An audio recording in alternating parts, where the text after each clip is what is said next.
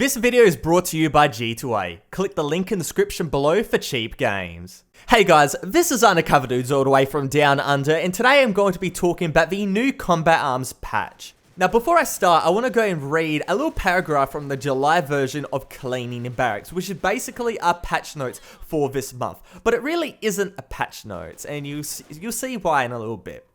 It says, we're not exaggerating when we say that 2016 will be one of the biggest years for Combat Arms, and we're very excited to share some of the details regarding the upcoming changes with you in the not so distant future. Until then, let's take a look at this month's fixes and improvements. That last sentence is very, very important. In the eyes of Nexon Europe, this is not a patch. This is simply going and tweaking a few things and adding some very, very small things. But it's not a patch, and we haven't had a decent patch for Combat Arms in quite a long time. A lot of fixing, a lot of tweaking, but very, very, very few additions. A few reskins, maybe a map here and there, but nothing that we would really go and call a real patch if we look back to the days of 2014 and, you know, before that, where patches consisted of maps and modes and tons of guns and tons of additions. We really haven't had a real patch in Combat Arms for quite a long time.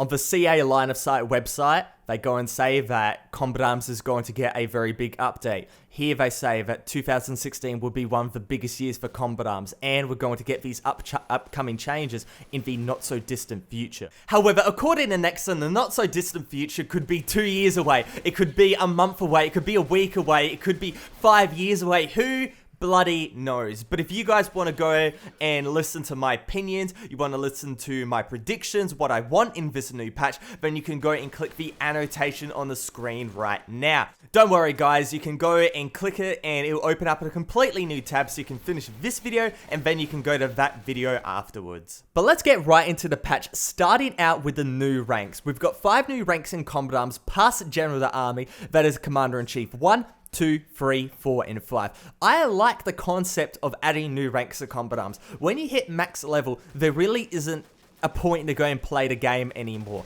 But with these new ranks, there is actually quite a lot more gameplay that you can go and do. You get a really nice permanent weapon every time you rank up. You get some 300% EXP and GP passes. All is good. However, the rank, it looks so bad. It is so bad looking. It looks like a cookie. I'm sorry, it looks like a star-shaped cookie. Like, General of the Army is the best looking rank in the game. Like, if you see somebody that's General of the Army, you know they're one of the top players in Combat Arms. This is like a slap in the face to the highest ranked people in Combat Arms, and I'm calling you out, Nexon Europe, because even though it's simply just a new rank in your mind, it is really, really important to the players, because rank defines you in CA. Because you've put so many hours into this game, you can really go and show, okay, who is really experienced and who is still going and learning the ropes per se. One example of Commander-in-Chief done right is the free-to-play first-person shooter Blackshot. Blackshot is a shit FPS, and the majority of the ranks in the game look god-awful. But the last rank for Commander-in-Chief, I'll put it on screen right now. It looks pretty cool. I'm not saying rip off the Commander-in-Chief from Blackshot, but that looks very different from every other rank in the game. And I think if you have a very unique rank for the very last one, it will really go and define, okay, who is the most experienced in comparison to the rest. I like the concept of new ranks in Combat Arms, but the implementation was a little bit rough around the edges, to say the least. Going through the rest of the patch, there really isn't that much to go and talk about. Like, there's a few bug fixes, the stats of the most American P90 have been adjusted to match its 1-star gold rating, so that's cool and all.